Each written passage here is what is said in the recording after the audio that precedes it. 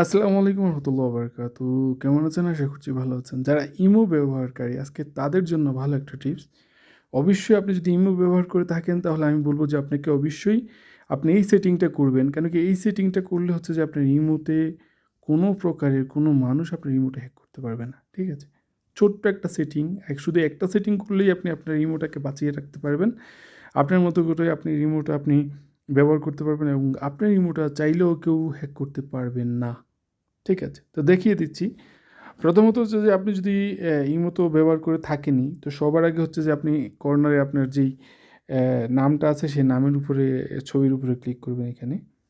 আমি হচ্ছে সবার আগে ছবির উপরে ক্লিক করে আমরা সেটিংয়ে যাব।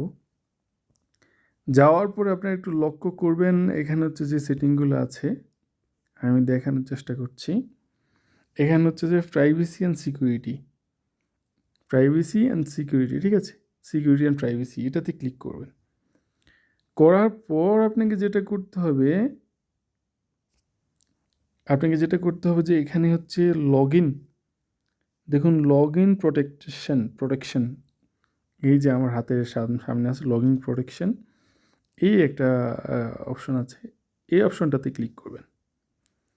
লগইন প্রোটেকশনে ক্লিক করার পরে এমন একটা ইন্টারফেস আসবে আপনাদের সামনে। দেখতে পাচ্ছেন এখানে লগইন প্রোটেকশন হচ্ছে যে আপনার মোবাইল ছাড়া অন্য কোনো মোবাইলে কেউ আপনার পারমিশন ছাড়া এই ইমোটা হচ্ছে নিতে পারবে না। ঠিক আছে? লগইন করতে পারবে না কখনো। তো সেটার জন্য হচ্ছে এখানে এই ছোট্ট করে একটা ঘর দেখতে পাচ্ছেন, এনেবল করে দিবেন এটাকে। এনেবল করার পর এখানে ওকে লেখা আসবে নিচে, ওকেতে ক্লিক করবেন। করার পর এটা এনেবল হয়ে গেছে। এখন এনেবল হওয়ার পরে হচ্ছে যে আপনার ডিভাইসটা এখানে কনফার্ম হয়ে গেছে। এখন হচ্ছে যে কেউ মানুষই হাজারবার চেষ্টা করলেও আপনার রিমোটটা নিতে পারবে না। ঠিক আছে? আপনি অনায়াসে আপনি রিমোট আপনি ব্যবহার করতে পারবেন এবং হ্যাকার যদি সারাদিন 24 ঘন্টা চেষ্টা করে তবুও আপনার রিমোটটা নিতে পারবে না। ধন্যবাদ। ভিডিওটা ভালো লাগলে লাইক করবেন, শেয়ার করবেন। আর এরকম ইমো রিলেটেড ভিডিও পাওয়ার জন্য অবশ্যই চ্যানেলটাকে সাবস্ক্রাইব করুন। ধন্যবাদ।